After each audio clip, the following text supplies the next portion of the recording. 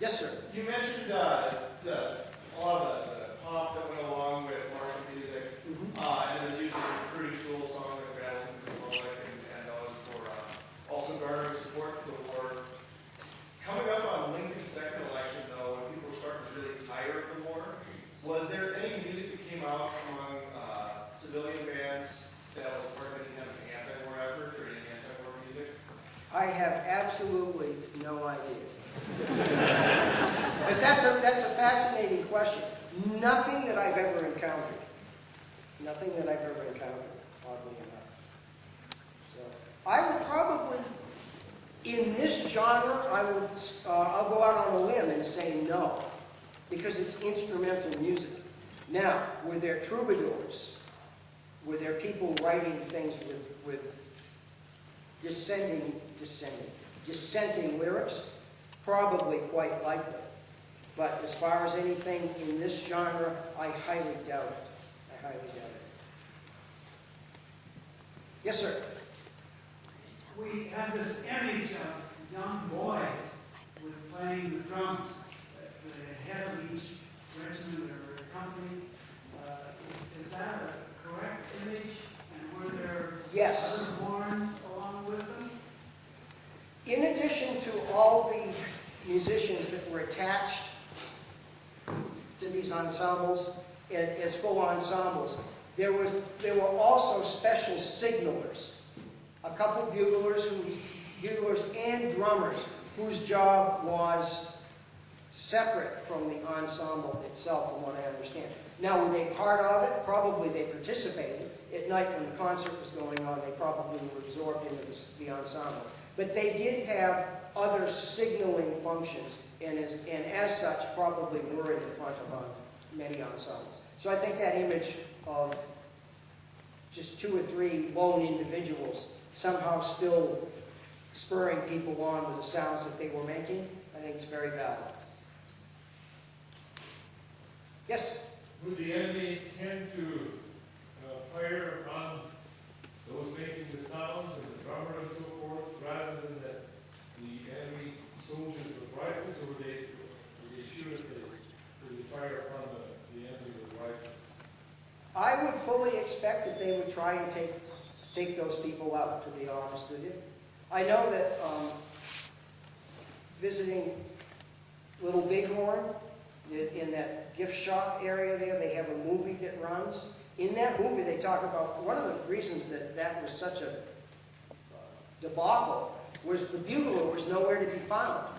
And Custer, his hands were tied. He couldn't signal people.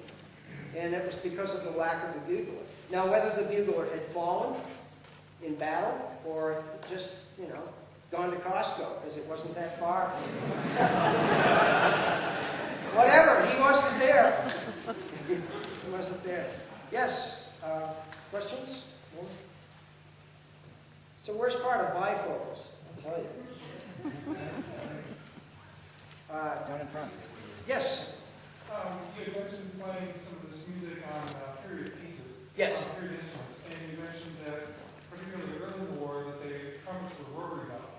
And you mentioned how it was easier to play it in that instrument because it sounded like the valve action was faster. And then you said that piston valves that were in at the end of the war, was there a musical reason for that change, or was it manufacturing costs? I think it's stability for the instrument. The real reason is the sound that they want to get out of a trumpet. Those little rotary valve trumpets that they make, they still use rotary valve trumpets to this day. They're used in the major orchestras of the United States, and they're used a lot in Europe. They're used when they play older repertoire. When they play Beethoven, when they play Brahms, they'll use the rotary valve trumpet because it has a mellower, darker sound. But as his life has gotten faster, the trumpet player's motto is higher, louder, faster. Okay? And as they built the piston valve instruments, they had more power. And it's been a continuum. John would attest to this. If you look at a trombone from the 1930s, how big is the bell compared to your bell? Oh, it's like 4 or 5 inches. Yeah, it's not. Yeah, I mean, it's almost, they've gotten bigger. And that's because the trombone players in those big jazz bands sitting right in front of the trumpet players got tired of being drowned out by the trumpet players, so they made the trombones bigger, they got louder, the trombones got louder, the trumpets had to get louder. The piston valve aids in a more powerful, stable instrument, especially the louder dynamic.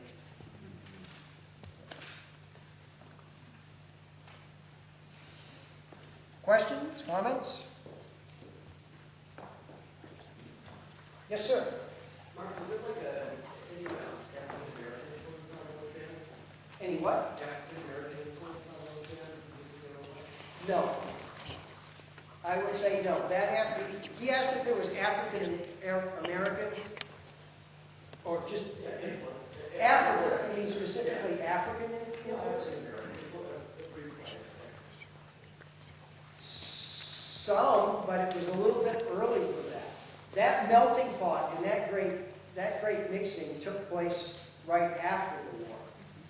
There were, I remember reading something about there being a certain percentage of black musicians in these bands, but not very many. Not very many. It really hadn't started to mix in yet. And the reason that I so emphatically jumped on the note to begin with is all this music, the generic music, the schottisches, the quick steps, the waltzes, that's all European based. And that's all part of the white Anglo-Saxon Protestant tradition that was brought to America to begin with. The melting pot didn't really start until after the Civil War in New Orleans. And once it started, that's another presentation. John will do that one. He's the jazz expert. Would you say there was any African or African-American influence in any of this music? Even just by listening to it. I don't think so. It's all European. It is, yeah, it's really European-based. Excellent question. Anyone else? Anybody in the back? Anybody in cheap seats, as John wanted to say? Okay, well, I want to thank you all very much for coming. We haven't played this yet, have we? All right, we've got one. This won't take long. Not as fast as we rehearsed last night. I told them we wanted to go in the same tempo, and then I realized I couldn't play it. So it'll just be crazy, but not insane. This is the Ellen Bain quick step.